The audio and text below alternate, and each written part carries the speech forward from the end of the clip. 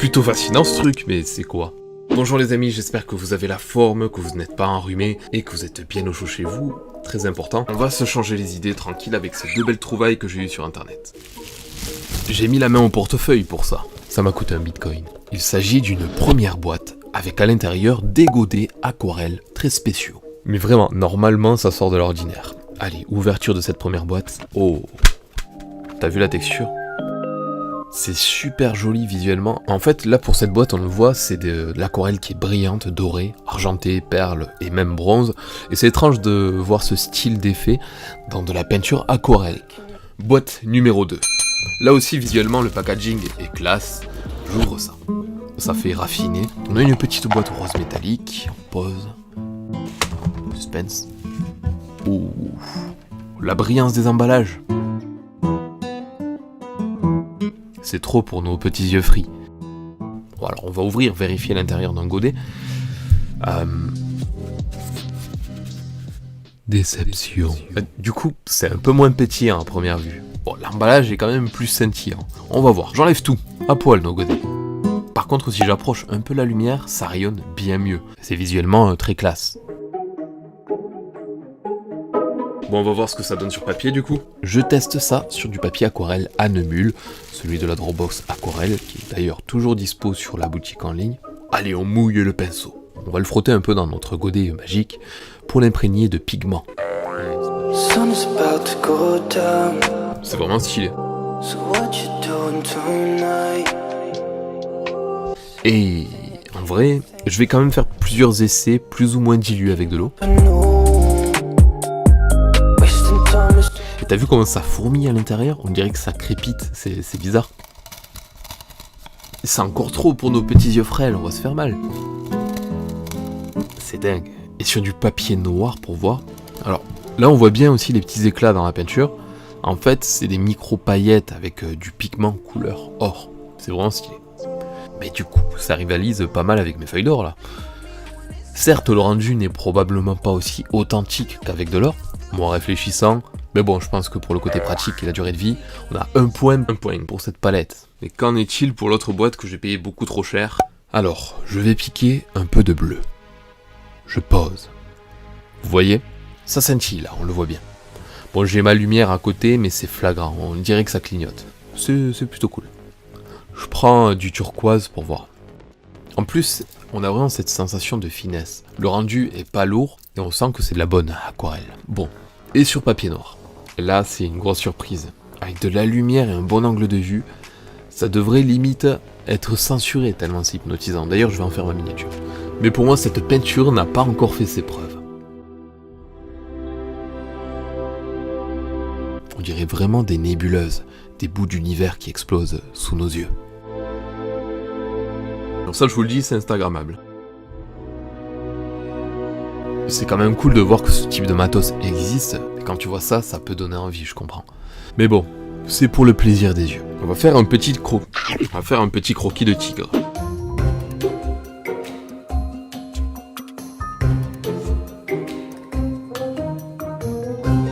Alors, j'ai pris un peu la ref d'une photo d'un tigre de face pour me baser sur les bonnes proportions, et je cale aussi des cristaux tout autour de la tête. Et voilà le meilleur exemple à quoi peut servir une gomme mie de pain. Ben, on tamponne comme ça, et ça atténue beaucoup ton croquis. Là, je colle du ruban de masquage sur les bords, pour faire un petit encadrement que j'enlèverai à la fin. On mouille son pinceau, et c'est parti. Je commence avec légèreté, pour voir. Ça réagit vraiment comme une aquarelle normale. On ressent bien la couleur du pigment, même dans la légèreté, c'est pas seulement des paillettes, au contraire. La couleur est plutôt intense, puis elle est belle. Donc allez, on enchaîne en commençant par faire un fond plutôt clair. Et on chargera de plus en plus le pinceau.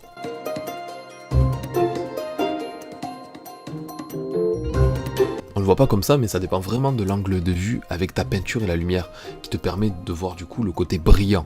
Pour le moment, tout se passe bien. Je vais faire tout mon possible pour rendre la tête au diocèse.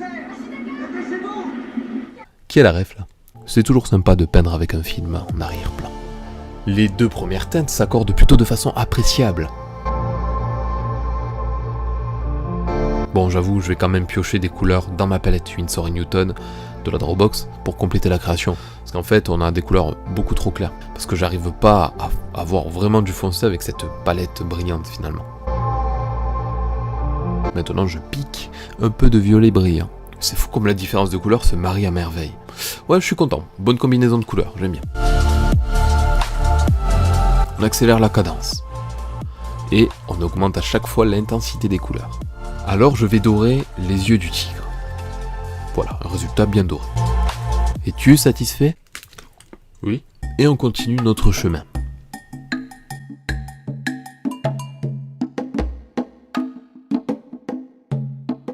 Hop, les cristaux, que je vais remplir assez vivement avec des couleurs différentes, on les arrangera petit à petit.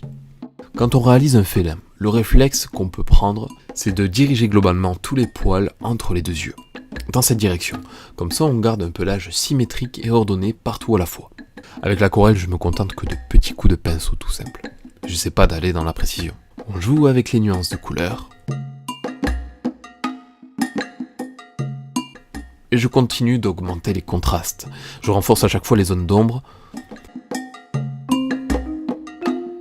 Ajout de nuances violettes sur le tigre. Ajout de dégradés colorés en arrière-plan. Ajout d'Animal Crossing sur Switch. Je m'occupe du saphir central, ainsi que de donner de la couleur au tigre.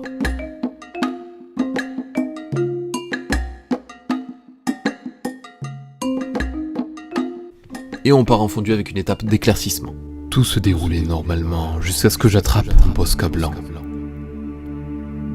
J'ai mis beaucoup de volonté pour y poser des reflets, éclaircir les extrémités ou encore blanchir le chicot. Ce fut goulu. Ok, le résultat du tigre, le voilà. Le voilà.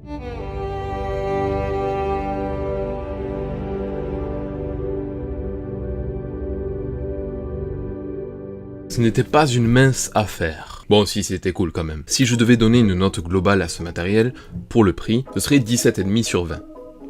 C'est qualité. Un peu cher, il n'y a pas de pinceau dans les boîtes, ce qui aurait été un petit plus de les mettre. Mais en même temps, on est sur de l'épicerie fine. J'espère que cette petite expérience vous aura plu, n'hésitez pas à lâcher votre note à vous sur 20. On se retrouve très vite pour de la vidéo, et vu ce qui se passe en ce moment, je vais en faire beaucoup plus. Profitez-en pour dessiner, faites attention à vous, et soyons solidaires. La bise, de loin. Et que vos crayons soient libres, comme l'art. Ce fut goulu. Waking up anew, wasting time is all I do.